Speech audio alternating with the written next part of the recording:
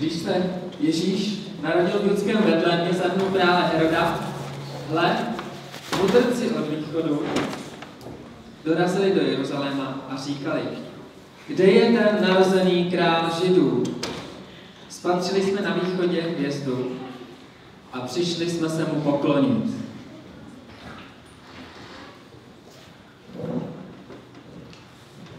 Neviděli jste tu hvězdu? Nejste ta hvězda vy?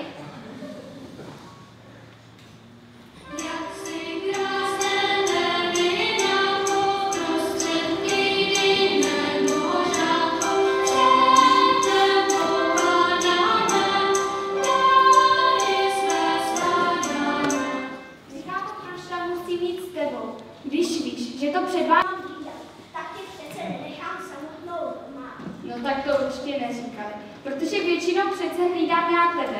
Beze mě by ses ani nenajedl.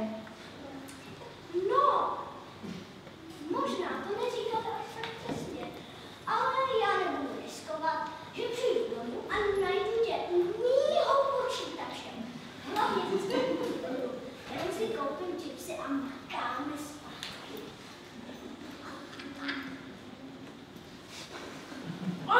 Pozor!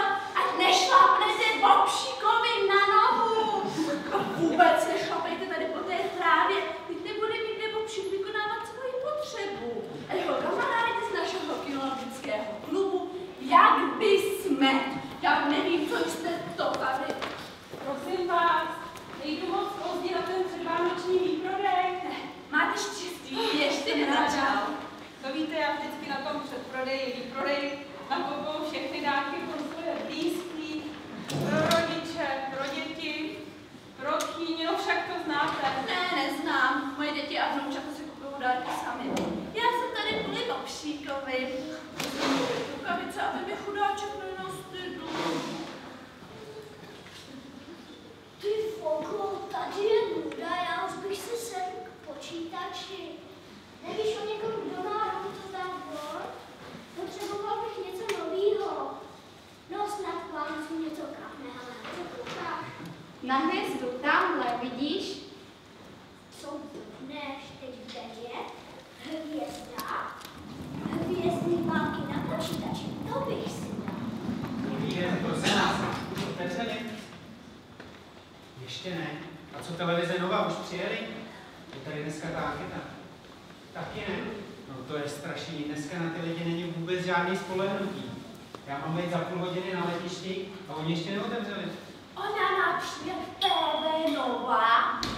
Ale to je úžasné, to je můj oblíbený kanál. Bobšíku, budeme v televizi. Dobrý den. Dobrý den. No, Konečně, čas jsou peníze, slečinko. Placku vám měl zkuštění, teď to znáte, ne? Neznám.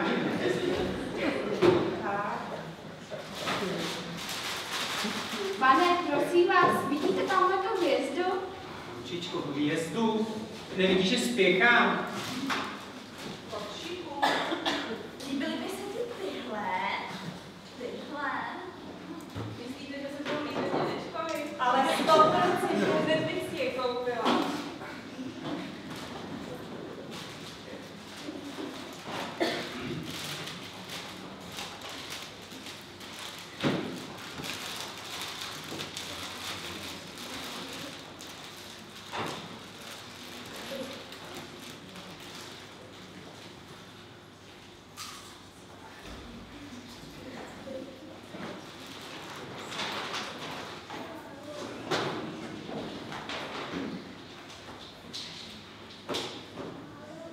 Tyhle mi nechají. Nemáte jiný? Ale jistě, podívej se tady dole. To by se mýmu synovi stát nemohlo, on totiž vůbec není vybíravý. Zkouška 1, 2, 3. Dobrý den, vážení televizní diváci. Nacházíme se u supermarketu na malebném předměstí Uval na stanici metra Můstek. A koná se tady již tradiční vánoční výprodej. Celé toto místo je naplněné pravou vánoční atmosférou. Ale pojďme se tedy zeptat, proč výprodej a proč právě ten? Můžete nám na to odpovědět? Ale jistě, to je přece úplně jasné. Bývá to vždycky po roce, když už se blíží Vánoce a se na stromech dárky kapre a dává lidem pěkně zabrat. Chcem zpříjemnit jim ruch a rej, tak pořádáme výprodej, že za poloviční ceny to nikde jinde není.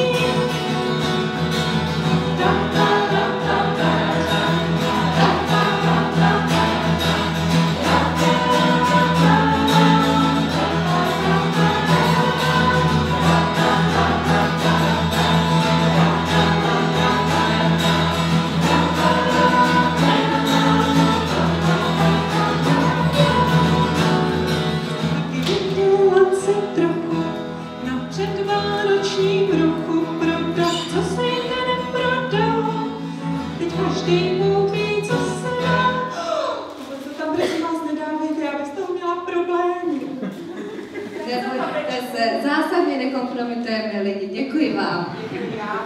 Papečku si vybral. A teď se pojďme zaměřit na ty, pro které je tento výprodej určen. Na ty, kteří si sem přišli nakoupit dárky pro své blízké. Jak se ti líbí to předvánoční nakupování? A nemohla bych se na něco zeptat já vás? Vidíte tamhle tu hvězdu? A to je dobrá odpověď. Měla bys jít na novinařinu, ale já jsem se zeptala první. No, vlastně mě ani moc to nakupování nebaví. No, mě nebaví tvoje hvězdy. Mohu vám položit otázku, komu koupíte nejdražší dárek? Samozřejmě mé manželce.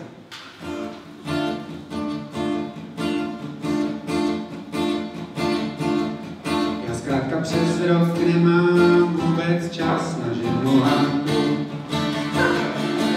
Děti mě neznají, já řídím velkou banku.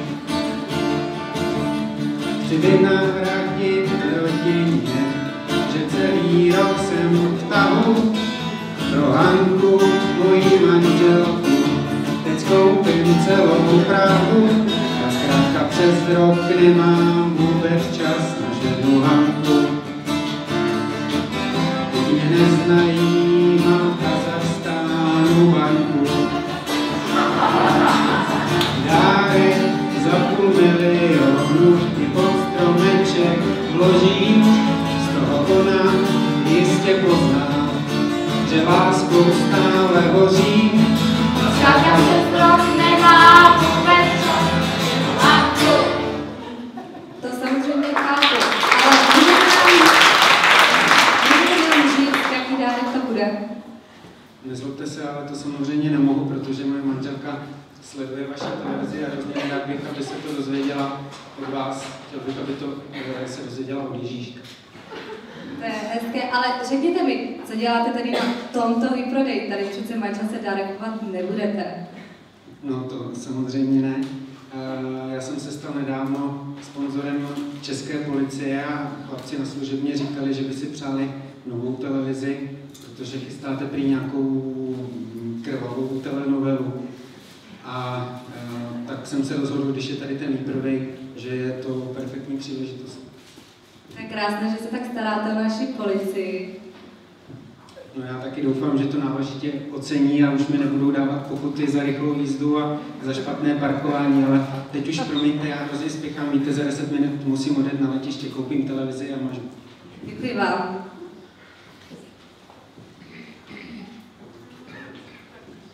Tady je dárek pro Honzíka, pro Baronku, pro babičku. Paní, prosím vás, pro dědečku. vidíte tamhle tu hvězdu? Nepřipadá vám trošku zvláštní? Co? Hvězdu? Holčičko, ty vidíš hvězdičky? Ty jsi se praštila do hlavy. Zrovna jako naše Barša. Sedni si tady, ono to za chvíli přejde. To bude dobrý. Mohu vás na minutku omluvit, je to puberťačka, známe to všichni. Kolik jste utratila na tomto výprodeji?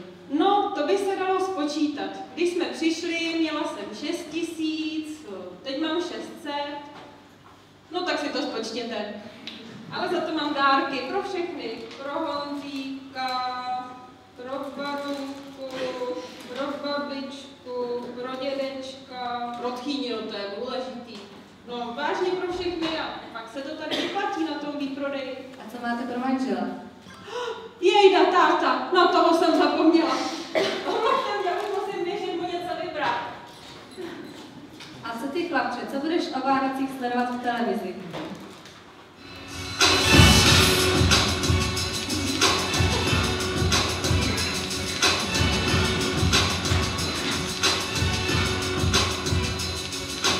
Cože televize, tak to není moje vize. PlayStation si mám, věnuje se hrám. S kompem já si vystačím, neslídám ani svatím. Dokud ještě je co hrát, nebudu vám nedohášel.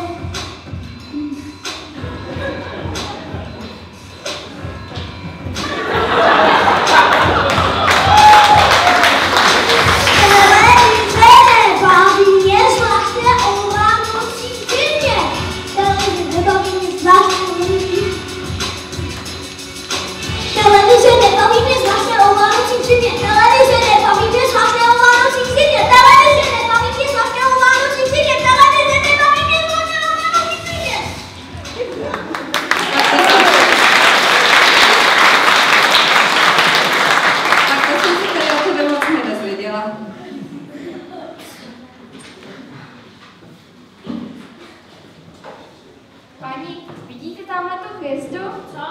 Jestli vidíte tu zvláštní velkou hvězdu nad supermarketem. Hvězdu nad supermarketem? No to je ale nesmysl. No taková kravina by snad nenapadla ani tady Bobšíka. Paní, já chci být taky v televizi. My už máme dostatečné hvězdu materiálu.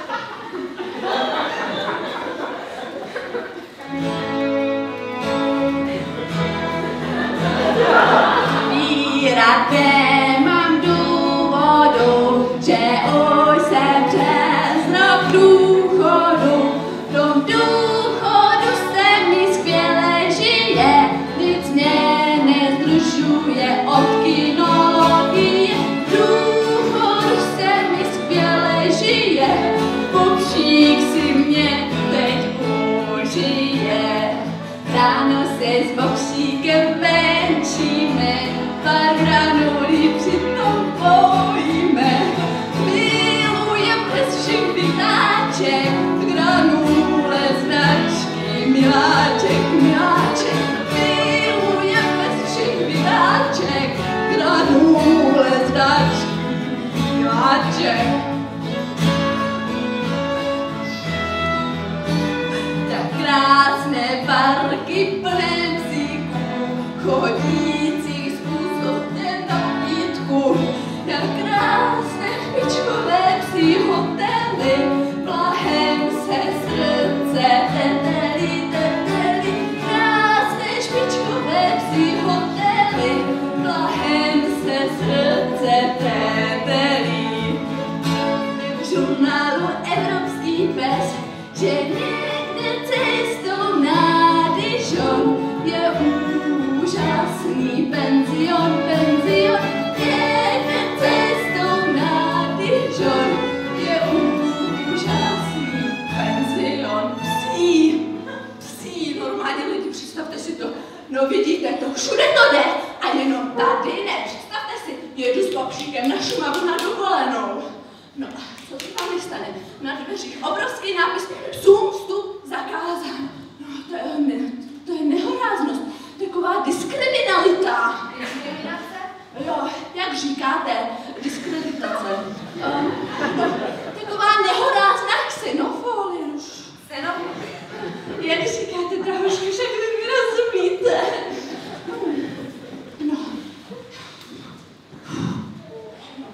No, to nemůžete třeba v televizi dávat víc psích pořadů. Myslíte, že Bobšíka, chudinko malý pořád, baví se dívat jenom na lidi? On potřebuje kladné psí hrdiny.